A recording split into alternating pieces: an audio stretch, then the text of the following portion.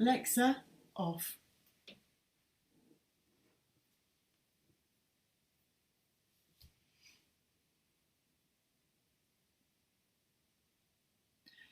Okay, here we are, number 2. So, following on from the first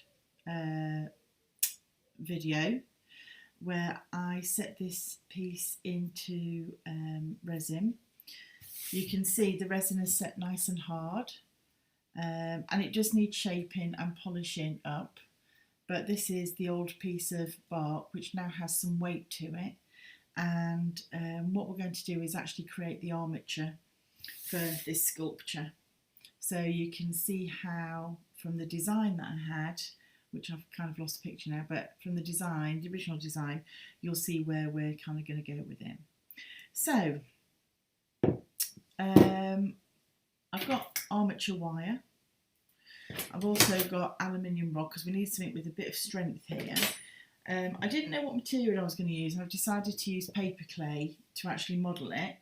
And so the paper clay is actually quite heavy. So I'm going to create the majority of the framework so that the clay just sits over the top, really I can add the detail. So here's the base, and I've got some foam board here, and I don't know if you can see, but I've just outlined what will be the head. So let's just shape this. Now all of this is going to be covered. This is all just a guide, and I wouldn't normally set out any markings on it, but it's just so you can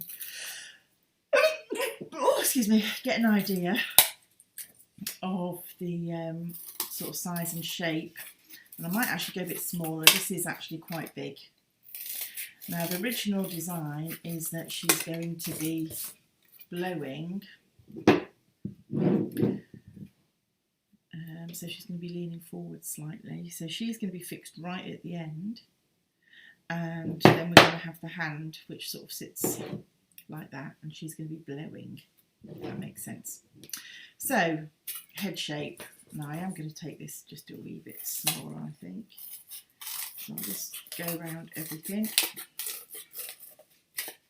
because she's going to have hair which flows out as well as having a hand. So all in all, she's actually going to be quite sizable. Okay, maybe even a little bit smaller still. And you can see I'm really being quite rough with this, because the reality is once we start adding hair and so on, it's going to get bigger. So I don't want to start big, because if I was too big now, by the time I get to the end, she's going to be massive, and I actually want this to be in scale with the base. So I'm thinking that's probably quite a good size.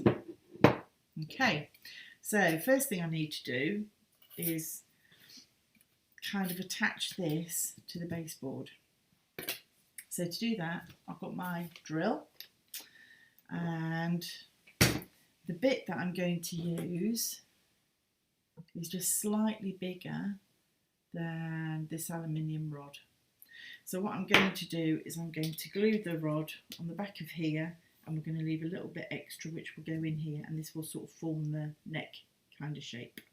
Okay, so first thing I'm going to do is create a hole, and I'm going to go in at a slight angle. I'm going to go in this way rather than just directly above. I'm going to go in this way, and the reason being because I want a slight angle coming out. So let's see how this goes, because this is going to be very brittle and very soft, but hopefully by the time we get to the resin it'll be quite firm. I also need to make sure I stand it on something so I don't go through my table. So I've got glass here, toughened glass.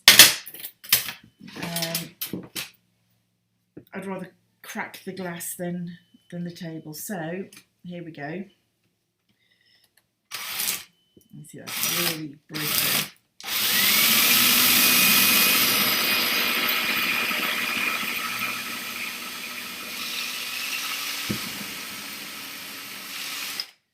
There we go.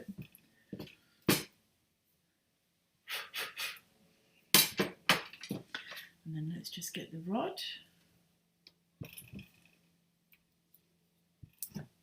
Yeah, so that's sitting in quite nicely. It's not going in too deep, so let's go in a little bit further.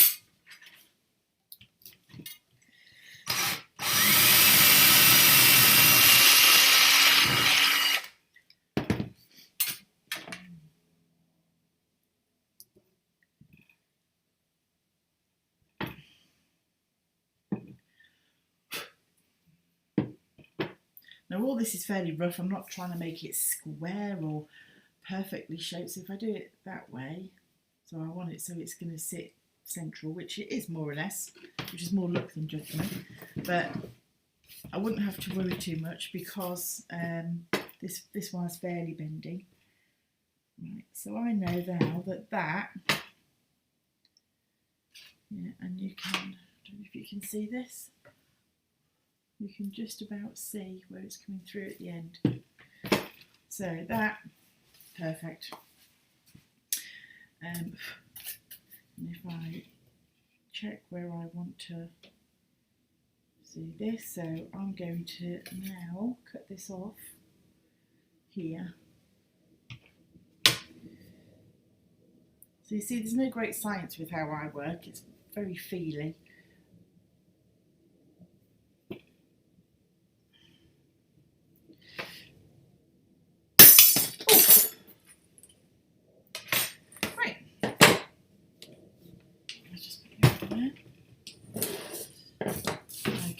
So now that's been done, I'm going to glue this, but I'm only going to go up to about here because then we're going to bend the wire. So hot glue gun, lots and lots of glue, and over the top to make sure it's completely moulded in. There we go, and we're just going to let that dry off. Great, so that's the first bit done. Then what I want to do is have hair coming from the back, coming around to the front. So I'm now going to take off some pieces of the armature one. This is really flexible, this is really soft, it's beautiful to work with. And I'm just going to take off some pieces, different lengths.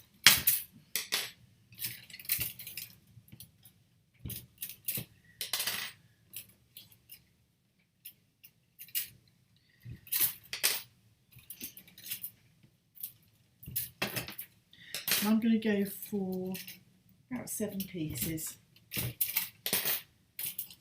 So it's not a huge amount around the face, but 1, 2, 3, 4, 5, 6, 7. And then added on to this, I'm going to have a little bit more wire. And this is steel wire.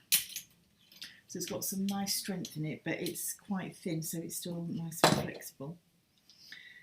And I don't know how this is going to look or work, so I'm just going to cut off a few pieces, and these are going to be shorter, and they're going to attach on to what we've already done.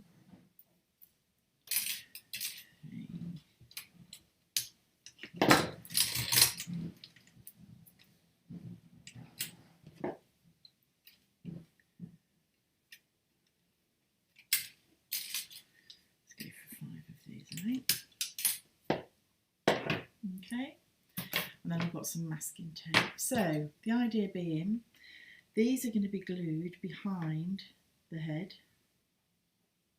They will all be covered up with clay, and in a minute I'll show you. Once this dries and I can lift it up, you'll see what I'm trying to achieve here.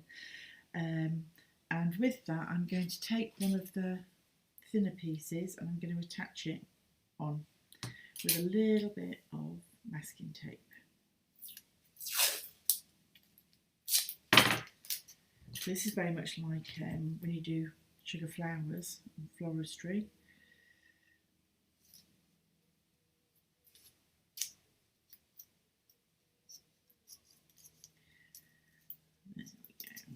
So just make sure they're adhered nicely. I'm not going to shape them too much, but if you imagine that this is coming, so let me use this model here. So if you imagine that the face here, then we're going to have the hair sat behind coming forward. So it's like, it looks like the hair's blowing forward. Okay. So let's just wire all these up while this is cooling off. There we go, it's getting there nicely now. It's a bit sticky. And I'm not even concerned with what goes with what. The very purpose of this is to make it look and feel random. So as long as the join here is very flush together, that's all I'm really worried about.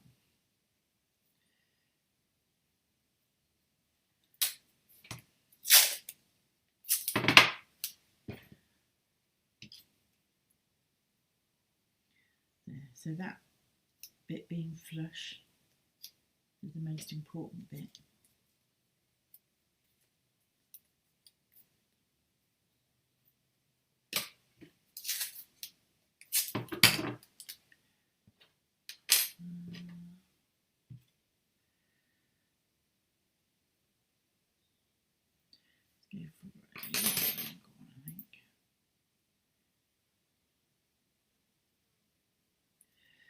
And because paper clay, it's very strong when it dries, but it just needs support. It's like a proper clay. It won't support itself while it's in its moulding form. So you need to wrap it around something which is going to hold the shape that we're after. Once it's dry, it's pretty solid. And when I come to make the little delicate pieces that sit in the hand, what we'll do is we'll hollow some of the things out. So we'll actually wrap the clay around a former, but then once the clay is dried, we'll take the former away, so we'll create a cavity. And you'll see just how strong it can be then. So here we go. This is all the hair that's going to come from the back. So again, pretty randomly, I'm going to decide where we're going to add them. So let's put this one here.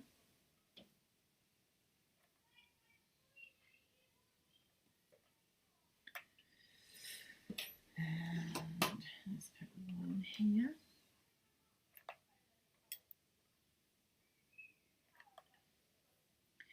And then let's put one here.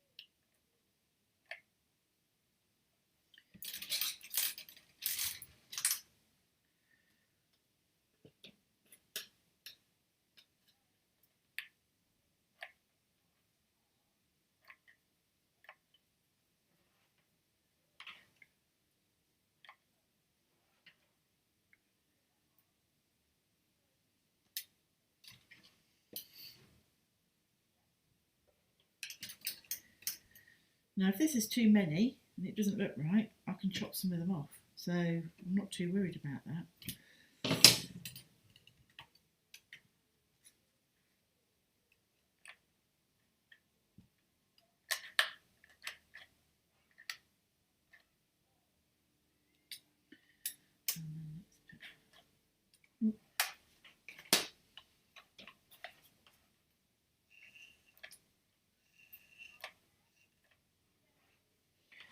And I'm just going to add a little bit more glue on that one just to strengthen that up a little bit.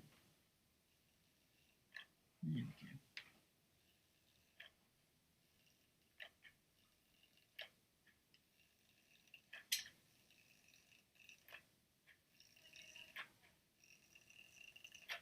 Okay. So just let those dry.